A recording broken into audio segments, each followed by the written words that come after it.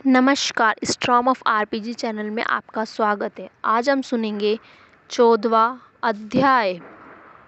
हे राजन, इस प्रकार उसको धर्मपूर्वक राज्य करते देखकर देवता क्षुब्ध हो गए। उन्होंने देवादिदेव भगवान शंकर का मन से स्मरण करना प्रारंभ कर दिया। कितने ही प्रकार से स्तुति की। तब भक्तों की कामना पूरी करने वाले शंकर जी ने नारद जी को बुलाकर देव कार्य करने की इच्छा से उनको देवपुरी भेजा। शंकर भक्त नारद भगवान शंकर की आज्ञा से देवपुरी में गए। इंद्र आदि सभी देवता व्याकुल हो शीघ्रता से उठकर श्री नारद जी की स्तुति करने लगे। उत्कंठा भरी दृष्टि से सबने नारद जी की ओर देखा। अपने सब दुखों को कहकर उन्होंने नाश करने की प्रार्थना की। नारद जी ने कहा, मैं सब कुछ जानता हूँ, इसलिए अब मैं दैत्यराज जलंधर के पास जा रहा हूँ। ऐसा कह देवताओं को आश्वासन देकर श्री नारद जी जलंधर की सभा में आए। जलंधर ने नारद जी के चरणों की पूजा कर हंसते हुए कहा, हे ब्राह्मण, कहिए आप कहाँ से आ रहे हैं और कहाँ कहाँ पर आपने क्या क्या देखा, यहाँ कैसे आए हैं। मेरे योग्य जो सेवा हो उसके लिए मुझे आज्ञा दीजिए। जलंधर के इस प्रकार के वचन सुनकर नारद जी प्रसन्न होकर बोले, हे दानवराज महाबुद्धिमान जलंधर, तुम धन्य हो, क्योंकि इस समय सब रत्नों के भोक्ता एक तुम ही हो। हे दैत्य श्रेष्ठ, अब आप मेरे आगमन का कारण सुनिए, जिसके लिए मैं आज यहाँ आया हूँ। हे दैत्यराज, मैं स्वेच्छा से कैलाश पर्वत पर गया था, जहाँ 10,000 योजनों में कल्पवृक्ष का वन है।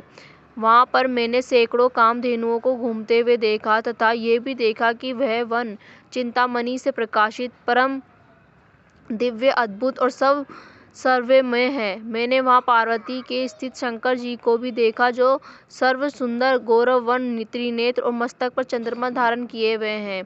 ये देखकर मुझे बड़ा आश्चर्य हुआ कि इनके समान समृद्धिशाली त्रिलोक में कोई है या नहीं।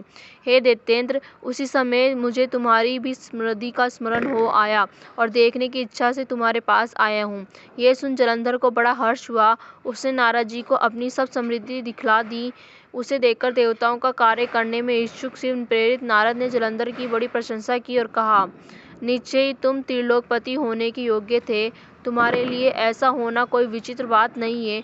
मैं देखता हूँ और तुम्हारे पास सब कुछ है, किसी बात की कमी नहीं है। ऐरावत, उच्चैः श्रवा घोड़ा, कल्पवृक्ष और कुबेर की निधि तुम्हारे पास है।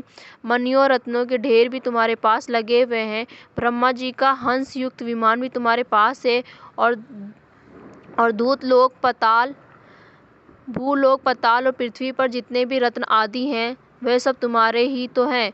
मैं तुम्हारे इस प्रकार के रत्न ऐश्वर्य को देखकर बड़ा प्रसन्न हूँ, परंतु तुम्हारे पास कोई स्त्री रत्न नहीं है, इसलिए तुम्हारा ये सब कुछ फीका है।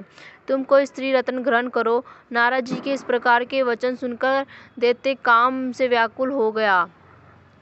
उसने नारद जी को प्रणाम करके पूछा कि ऐसी स्त्री कहाँ मिलेगी जो सब रत्नों में श्रेष्ठ हो। यदि ऐसा रत्न कहीं मिले तो मैं उसे अवश्य लाऊंगा। देवऋषि नारद बोले, ऐसा रत्न तो कैलाश पर्वत पर योगी शंकर के पास ही है। उनकी सर्व सुंदर पत्नी देवी पार्वती बहुत ही मनोहर है। उनके समान सुंदर मैंने आज तक नहीं देखी। शंकर से बढ़कर समृद्धवान दूसरा कोई नहीं है। उसके इस रत्न की महिमा तीनों लोगों में कहीं पर भी नहीं है। तभी तो परम विरक्त आत्माराम शंकर भी उसके वश में हो गए। देवऋषि नारद उस दैत्य से ऐसा कहकर अन्य कार्य करने की इच्छा से आकाश मार्ग से चले गए। धन्यवाद। अगला अध्याय देखने के लिए चैनल को सब्सक्राइब करें और नोटिफिकेशन बेल आइकन को प्रेस करना ना भूलें। और अगर वीडियो अच्छी लगी हो तो लाइक, शेयर, कमेंट ज़रूर करें।